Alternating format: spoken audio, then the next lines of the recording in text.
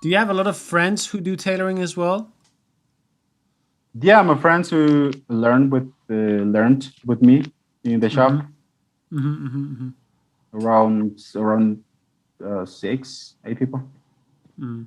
And would you say that they have the same approach as you, or do they have other things that they like to specialize in? Yeah, we all want to specialize in jackets, Mm. trousers, uh, Mm. waistcoats, Mm. shirts, What maybe. What do you think about specialization in general? Do you think that it's good if tailors specialize in one garment, or do you think it's good or better if a tailor does everything? Um, well, we've specialized in every garment. I've seen that English tailors specialize in one garment, Mm-hmm. Mm-hmm. coat or the trouser, but here with my friends, they would love to specialize in every garment. We love to learn everything from Mm-hmm. from the patterns, from the pattern making to the construction of the garments. Mm-hmm. It's funny because uh, obviously I feel the same as well, and I've seen many people who like to learn everything, and when they are new and they walk into a workshop and they say, "Hey, I'd like to learn." One of the frequent things they always say is, "I'd like to." If you ask them, "What do you want to learn?" they would say, "I want to learn everything." But then the funny part is, wanting to learn everything is a lot, right? As you know, it's, you don't just Yeah. like 10 minutes work on the jacket, 10 minutes on the trousers, and then another half an hour, and then you're a master tailor, right? So it requires a lot of dedication. It's quite funny because every time someone says, at least that's how I've experienced it, every time someone said, "I want to learn everything," most people didn't take them seriously because they said that. You know what I mean? Whereas when someone said, "Hey, I'm here to only learn trousers," immediately there was more seriousness involved. Why do you think that is? Where there are many young people that want to that they would love to learn tailoring, and they immediately said, "I want to learn everything," but everything is a lot. It's years. It takes ages Yeah. to learn everything. So, and yeah, when they realize that tailoring is a lot of work, it's a lot of dedication, it's a lot of practice, Mm. they ended up quitting. Mm-hmm, mm-hmm. Yeah, and yeah, as you said, if young people come and want to learn, I don't know, buttonholes or the Mm-hmm. pattern making, yeah, you are more willing to teach them. Mm-hmm. Yeah, yeah, I agree. It is the case that a lot of people don't or underestimate how long and how much work it takes to learn tailoring. Now, this is something actually, as I'm thinking about it now, it's a bit bizarre because we always think that, I guess you have experienced the same. It's quite physical when you're tailoring, when you're sewing, right? Your neck, your shoulder, everything becomes tense, especially if something goes wrong and you want to fix it quickly. So your eyes can hurt, the light can be bad. It's all these things that puts a lot of physical pressure on the person, and then also you need to have the capacity to make a mistake, look at the mistake, and then say, "Okay, silly me," and then repeat until you can fix it, right? And if you're lucky, you can, and if you're not lucky, you have to start all over again. But what is not so obvious for me is, does learning tailoring have to be as difficult as it currently is for the majority of people? Do you think there are ways that we can make teaching tailoring or learning tailoring easier, at least 1%, than what it is already now? I don't know, man. It's tailoring. It's a very specific job. I don't know. I don't know many other jobs, but tailoring is very specific. I think it's one of the reasons I like this job because it's very specific. You have to be very specific with your hands Mm-hmm. and the direction of the nail, the needle. Sorry, you have Mm-hmm. to be so precise. Mm. And I don't think there's a way to make it easier. I don't need. You need a lot of practice to perfect. I don't know any process.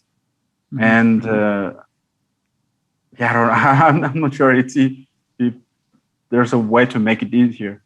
Mm. Yeah, it's a tricky thing. It's definitely the case that the hours have to be put there. You know, you need to make the hours, and you need to have, you need to make the mistakes as well, because that's the biggest part of learning. And sometimes I think maybe if certain techniques were simplified or they were um, merged with two other techniques, it may be able to simplify certain elements purely by improving the technique. But I don't know how far one can take that. You know what I mean?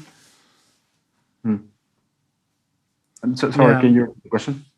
Yeah. No, there was no question. There was the observation that I don't really know how, same as you, I don't really know how far we can simplify the techniques within tailoring to make them easier. I know that sometimes, you know, you can simplify a technique and improve the technique so that it requires less skill to get better results. I know that that possibility is there, but I don't know how far that could be taken. I One of the questions I had was how you approach tailoring with all the details and you know, kind of like the obsession that you have with the different parts. Do you have the same approach in other areas in life in general as well, or is tailoring the only moment where all of that kind of like is activated? Yeah, I think I'm obsessed with things in other fields in my life. When I'm when I'm in the shop, or when I'm I don't know, making other things, when I'm working with embroidery. Mm-hmm. I love that my work or what I'm doing in that moment turns out, very well, or flawless or perfect. And um, yeah, I think, yeah, it's a general obsession in life, with Mm. with things to turn out well. Mm-hmm. What would you say is the most difficult thing for you in tailoring, or what has been the most difficult thing so far? The sleeves, definitely. Sleeves. Yeah. Why? Tell me why. I don't know. You need to be very specific with the fullness Mm-hmm. when you're how do you say, when you're basting, when Mm-hmm. you put in the sleeve on. And it's a process I'm mastering little Mm-hmm. by little, Mm-hmm. because yeah, it gets difficult for me sometimes. Um, Color and sleeves Mm-hmm. have been more difficult for me. I think Mm-hmm. I've mastered the color right Mm-hmm. now, but the sleeves have been a little tricky for me. Well, for many people, Yeah. it seems to be a very mysterious element. Sleeves. They say one thing and then they do something else, and they do that a lot of times. So that is bizarre. Yeah, I don't know. For, I did a. I've been doing some research for a while now, and I've been going through about. I must have gone probably through like 150 tailoring books, right? And there wasn't one book that I saw accurate and simple and detailed explanations on a theory about sleeves.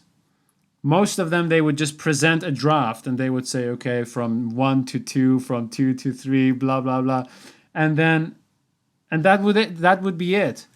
And some of them had some instructions about, be careful that you don't put too much fullness, or be careful you don't stretch this too much, or whatever. But none of them really gave an accurate description of the physics of sleeves. You know what I mean? Yeah.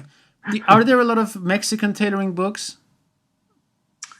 Yeah, there are some Mexican tailoring books. I haven't read them, to be honest, and Mm-hmm. I'm more these English books. Mm-hmm. Much of my work are based in these English techniques or Italian techniques. And how has your experience been with tailoring books in general? What have you gained from studying them? Like, if someone would ask you, "Hey, what do you think about tailoring books? Do you recommend them or whatsoever?" What would you say? What's your take on them? Yeah, totally. Uh, it has helped me to improve the fit, the techniques, um, yeah, and much of the results are because of my obsession to details.